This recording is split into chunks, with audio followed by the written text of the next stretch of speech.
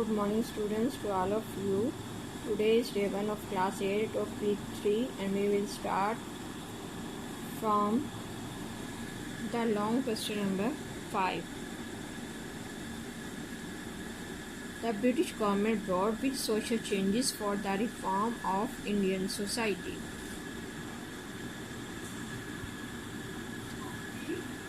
And the answer is social reform in Indo-Pak subcontinent during the British period on page number 6. Topic is caste system. The British government took the following steps to reform the society. There was a caste system in the Indian society. Hindu society was divided in Brahman, Kshatriya, Vaishya and Shudras. They were assigned with different jobs. Brahman was the highest caste while Shudra was the lowest caste.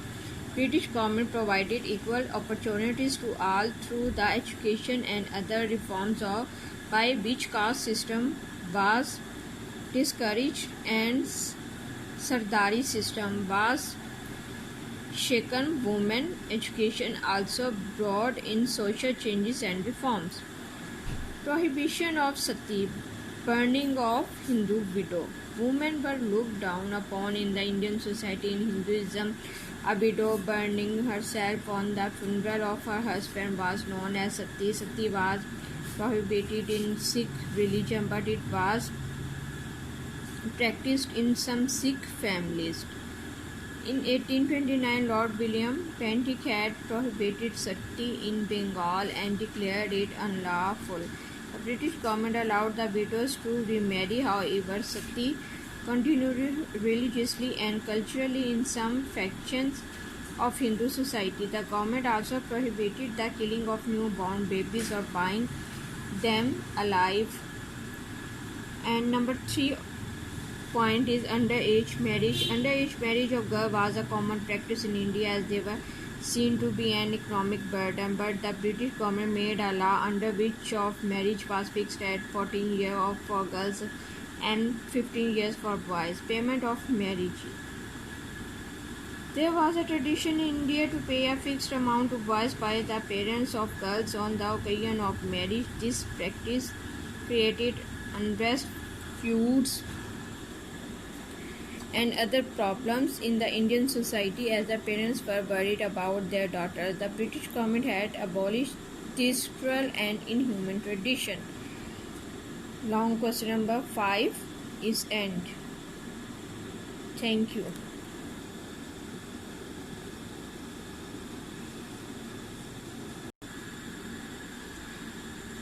Good morning students to all of you. Today is day 2 of class 8 of week 3 and we will start from the chapter number 1. Last long question. Write a note on Central Legislative Committee under the Indian Act of 1919.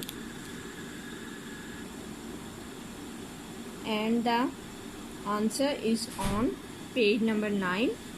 And the topic is Indian Council Act 1919. Under the Act of 1919, the Central Legislative was enlarged and reformed. It became a bicameral legislature for all Indians.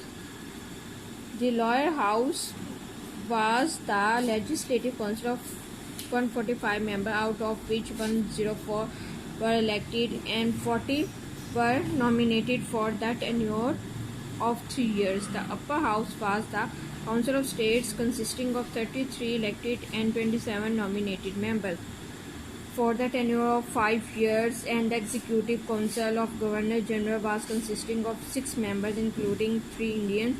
The Act introduced a duchy system for the provinces. In each province there were transferred and reserve lists.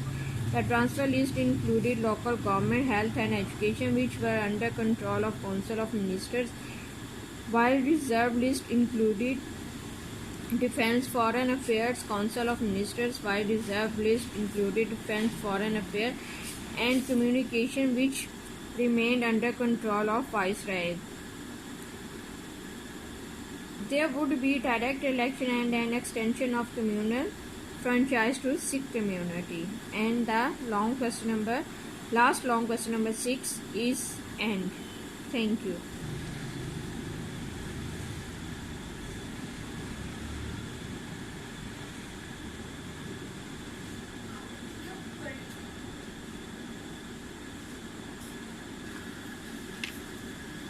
Good morning students to all of you, and today is day 3 of week 3 of class 8, and we will start from the exercise and MCQs. Trick the correct answer. Who was the last Mughal king? Aurangzeb, Shah Jahan, Bahadur Shah Zafar and Muhammad Shah. And the correct option is C. Bahadur Shah Zafar is our last Mughal king. Who wrote the pamphlet Asbab-e-Baghawat-e-Hind? And the option number 1 is Sayyid Amir Ali, Sir Syed Ahmad Khan, Maulana Zafar Ali Khan, Shibli Nomani. And the correct option is Sir Syed Ahmad Khan. Number 3 MCQs is: in which city did Lord Canning read out the proclamation of Queen Victoria? Delhi, Allahabad, Karachi, Calcutta. And the correct option is Allahabad. MCQs number 4 is: in which year Mounted Chelmsford reforms were announced? Option number 1 is 1861, 1882, 1909 and 1919. And the correct option is 1919.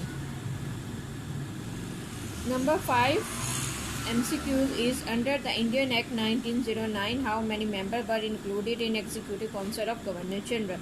Option number 1, 3, option number 2, 5, option number 3, 8, and option number 4, 10. And the correct option is 5.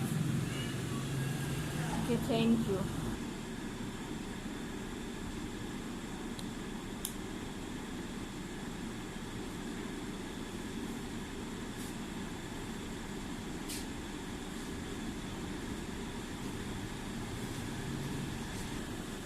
Good morning students to all of you.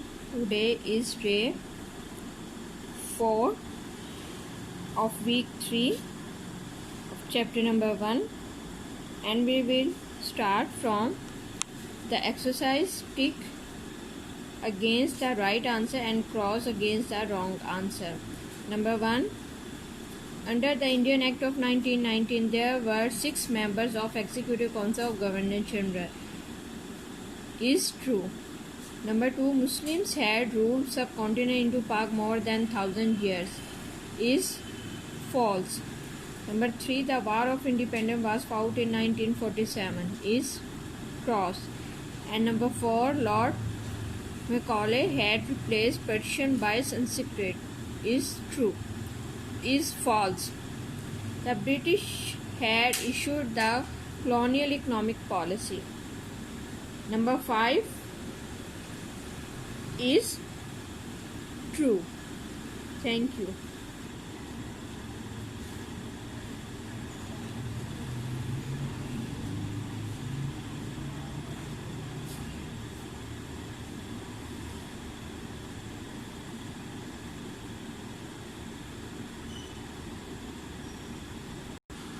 Good morning students to all of you.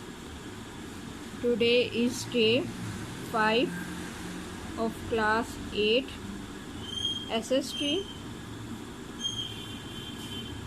and week number 3. We will start from the fill in the blanks on page number 11. Number 1, Charles Wood had presented his educational plan in 1857. Which is known as Wood's Dispatch.